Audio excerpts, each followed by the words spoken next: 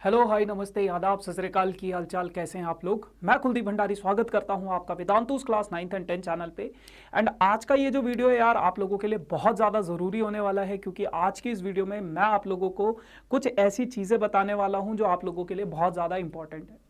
यार आप लोगों को पता है कि सीबीएसई ने दो सैंपल पेपर अपने रिलीज किए हैं। एक उन्होंने at the starting of the academic year यानी कि अप्रैल मई के आसपास रिलीज किया था, और दूसरा सैंपल पेपर सीबीएसई ने अभी कुछ टाइम पहले ही रिलीज किया। तो इन दोनों सैंपल पेपर्स का अगर मैं एनालिसिस जब मैंने किया तो बहुत सारे बच्चे मुझसे पूछ रहे थे कि भैया क्या हमारा बोर्ड्स का एग्जाम इसी पैटर्न पे आएगा, क्या हमारा बोर्ड्स का एग्जाम की जो डिफिकल्टी लेवल होगी क्या वो यही रहेगी।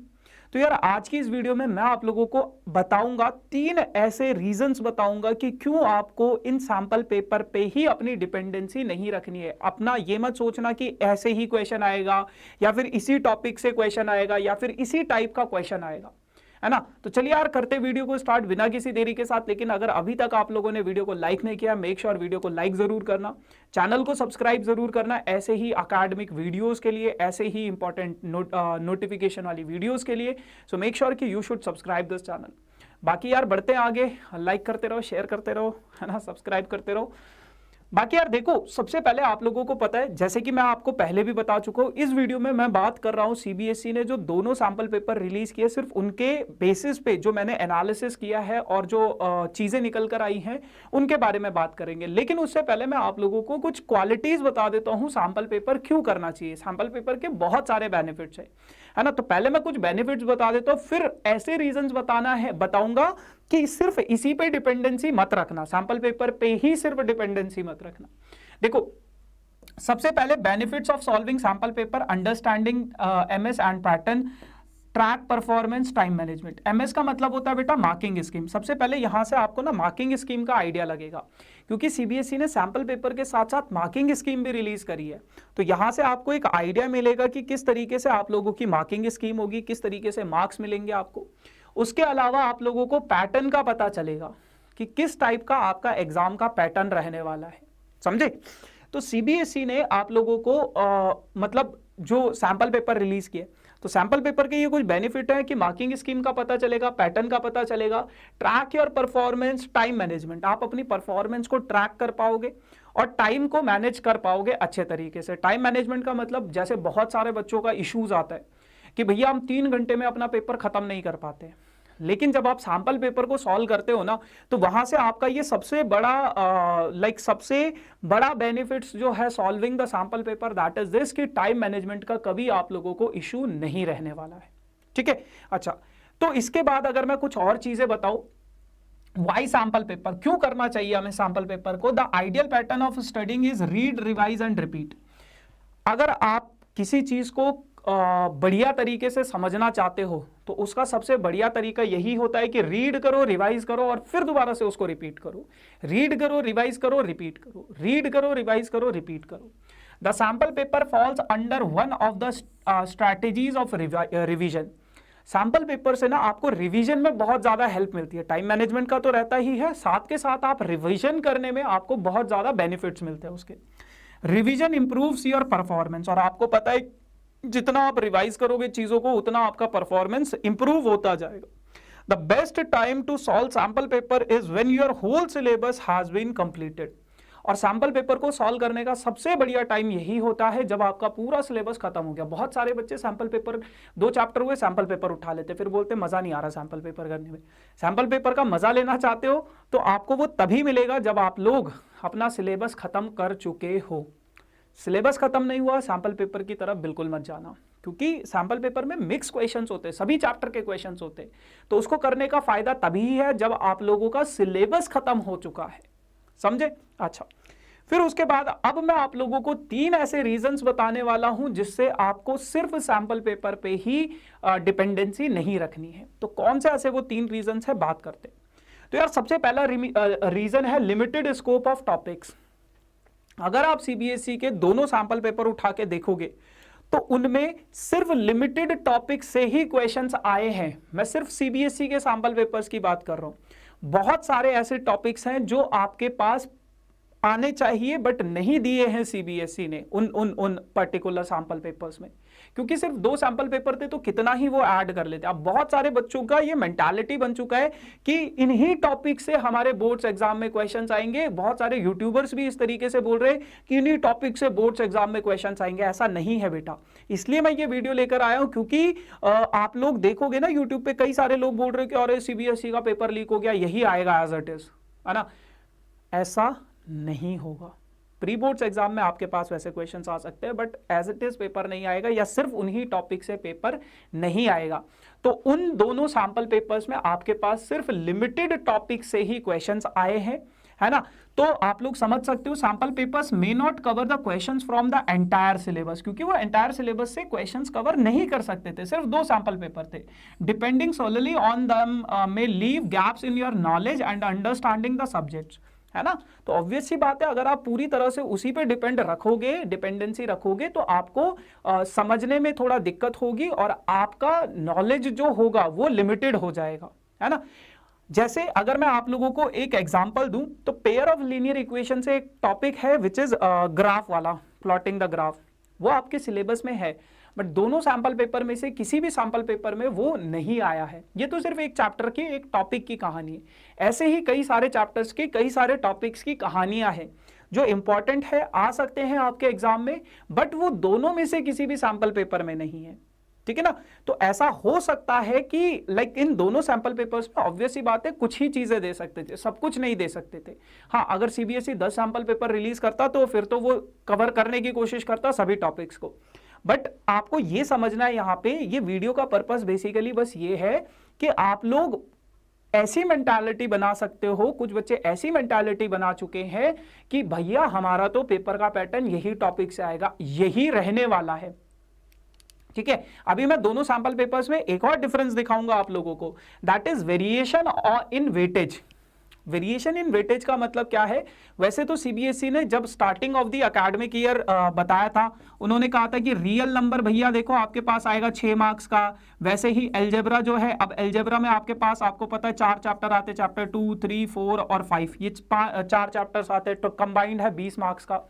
लेकिन सीबीएसई ने जो दोनों सैंपल पेपर रिलीज किए उनमें वेटेज जो है चैप्टर वाइज वो थोड़ी सी अलग है। कैसे अलग है उसको समझते हैं। So some of the students ignore the certain topics और chapters based on the difficulty level and weightage in the sample paper. अब जब सीबीएसई अगर मान लो पॉलिनोमियल से उन्होंने सिर्फ 3 मार्क्स का क्वेश्चंस दिए हैं, तो बच्चों का ये मेंटालिटी बन जाता है यार पॉलिनोमियल से सिर्फ ऐसा ही क्वेश्चन आएगा 3 मार्क्स का, बट ऐसा नहीं है। सीबीएसई ने जो दोनों सैंपल पेपर रिलीज किए हैं, दोनों में सैंपल पेपर्स में जो वेटेज है चैप्टर्स की दैट इज डिफरेंट। दोनों में वेटेज जो है वो डिफरेंट है। कैसे डिफरेंट है उसके बारे में बात करते हैं। जैसे अगर मैं बात करूं रियल नंबर की, तो सैंपल पेपर 1 जो था उसमें 6 मार्क्स का था, सैंपल पेपर 2 में भी 6 मार्क्स का था। पॉलिनोमियल्स की बात करूं, पहले में वो 4 मार्क्स का था, दूसरे में वो 3 मार्क्स का था। Pair of linear equations in 2 variable की बात करूं, पहले में 4 मार्क्स का था, दूसरे में 5 मार्क्स का। क्वाड्रेटिक इक्वेशन दोनों में 6 मार्क्स का था। अर्थमेटिक प्रोग्रेशन दोनों में 6 मार्क्स का था। ट्राइंगल्स चैप्टर पहले सैंपल पेपर में 6 मार्क्स का, दूसरे में सीधा 9 मार्क्स का, 3 मार्क्स का डिफरेंस आ गया। कोऑर्डिनेट ज्योमेट्री दोनों में, पहले वाले में 8 मार्क्स का था और दूसरे वाले में कितने मार्क्स का था? 6 मार्क्स का था। और जबकि सीबीएसई ने बोला है कि 6 मार्क्स का ये चैप्टर है, बट पहले सैंपल पेपर में आप लोगों के पास 8 मार्क्स का ये चैप्टर था। एंड इवन मैंने कुछ ऐसे टॉपिक्स दोनों सैंपल पेपर में दो ऐसे क्वेश्चंस देखे हैं, 2 ऐसे क्वेश्चंस देखे हैं जो डिलीटेड सिलेबस से भी आए हैं। तो आप पूरी तरह से उन सैंपल पेपर्स पे ही रिलाई नहीं कर सकते, क्योंकि डिलीटेड टॉपिक से क्वेश्चंस दे रखे हैं सीबीएसई ने, जो कि नहीं है, मतलब नहीं आएगा। डिलीटेड टॉपिक से आपके फाइनल बोर्ड्स एग्जाम में नहीं आएगा, तो आप इस चीज को समझो, ठीक है। इंट्रोडक्शन टू ट्रिग्नोमेट्री 7 मार्क्स का था, यहाँ पे भी 7 मार्क्स का। Some applications of triangles, trigonometry दोनों में 5-5 मार्क्स का। सर्कल्स पहले में 7 का था, दूसरे में 6 का था। एरियाज रिलेटेड टू सर्कल पहले में 4, दूसरे में 5। वैसे ही सरफेस एरिया एंड वॉल्यूम पहले में 6, दूसरे में 5। स्टैटिस्टिक्स पहले में 9 मार्क्स का था और दूसरे में 6 मार्क्स का। प्रोबेबिलिटी पहले सैंपल पेपर में 2 मार्क्स का और दूसरे में सीधा 5 मार्क्स का। समझ रहे हो? तो वेटेज भी डिफर कर रहा है दोनों के दोनों सैंपल पेपर्स में। So this is also one of the reason you can't completely rely on the sample papers.